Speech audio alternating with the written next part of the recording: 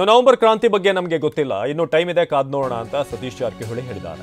ದಲಿತ CM ಕೂಗಿಗೆ ಸಚಿವ ಸತೀಶ್ ಜಾರಕಿಹೊಳಿ ಪ್ರತಿಕ್ರಿಯೆ. November ಕ್ರಾಂತಿ ಬಗ್ಗೆ ನನಗೆ ಗೊತ್ತಿಲ್ಲ, ಇನ್ನೂ ಕೂಡ ಟೈಮ್ ಇದೆ, ಕಾದ್ ನೋಡೋಣ ಅಂತ ಸತೀಶ್ ಜಾರಕಿಹೊಳಿ ಹೇಳಿದ್ದಾರೆ. ಸದ್ಯಕ್ಕೆ ಆ ರೀತಿ ಯಾವುದೇ ಚರ್ಚೆ ಇಲ್ಲ, ನಾಯಕತ್ವ ಬದಲಾವಣೆ ಬಗ್ಗೆ ಯಾವುದೇ ಚರ್ಚೆ ಇಲ್ಲ.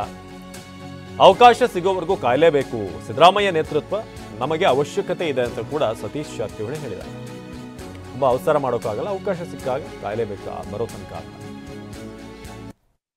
ಬರ್ಬೋದು. ಮುಂದಿನ ದಿನಗಳಲ್ಲಿ ಬರ್ಬೋದು ರೀ, ಬರೋಂಗಿಲ್ಲ, ಕಾಯಬೇಕಲ್ಲ, ವೇಟ್ ಮಾಡಬೇಕು. ತಕ್ಷಣ ಹೇಳಿದ್ರೆ ಅವಕಾಶಗಳಿಲ್ಲ. ಮುಂದಿನ ದಿನಗಳು ಕಾಯಬೇಕು, ಅವಕಾಶಗಳನ್ನು ಸೃಷ್ಟಿ ಮಾಡಬೇಕು. ಸೊ ಆ ಮಟ್ಟಕ್ಕೆ ನಾವೆಲ್ಲ ಆಗೋರು ಬೆಳಿಬೇಕು. ಸೊ ಎಲ್ಲ ಇದೆ ರೀ.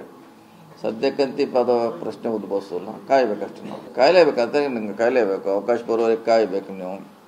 ಎಲ್ಲ ನಮಗಂತೂ ಗೊತ್ತಿಲ್ಲ ಯಾವ್ದು ನವೆಂಬರ್ ಕ್ರಾಂತಿ ಅಂತ ಏನು ಗೊತ್ತಿಲ್ಲ.